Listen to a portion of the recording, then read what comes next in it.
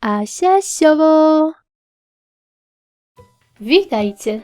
Dziś pokażę Wam, jak zrobić lewitującą filiżankę. Film nagrałam na prośbę widza. Szczegółową listę wszystkich potrzebnych przedmiotów znajdziecie w opisie tego filmu. Widelec wyginam w odpowiedni sposób.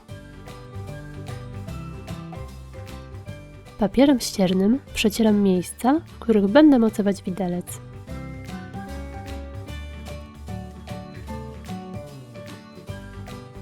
Koniec widelca przyklejam do spodka.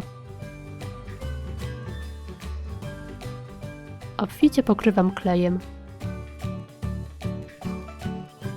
Zostawiam do zastygnięcia. Mocuję filiżankę. Musicie ją dobrze wyważyć. Jeśli przeważa spodek, należy troszkę wygiąć widelec. Tu też nakładam dużo kleju. Klejem pokrywam pozostałą część widelca.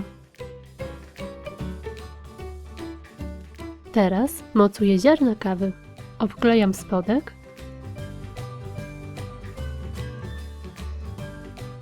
i cały widelec aż do filiżanki.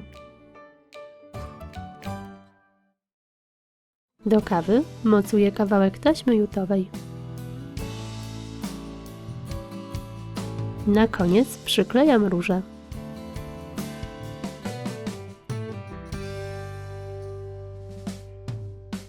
I gotowe! Taka ozdoba nie tylko fajnie wygląda, ale też pięknie pachnie kawą.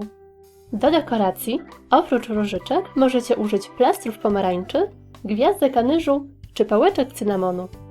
Na moim kanale znajdziecie też inne dekoracje z ziarenek kawy. Na dziś to tyle.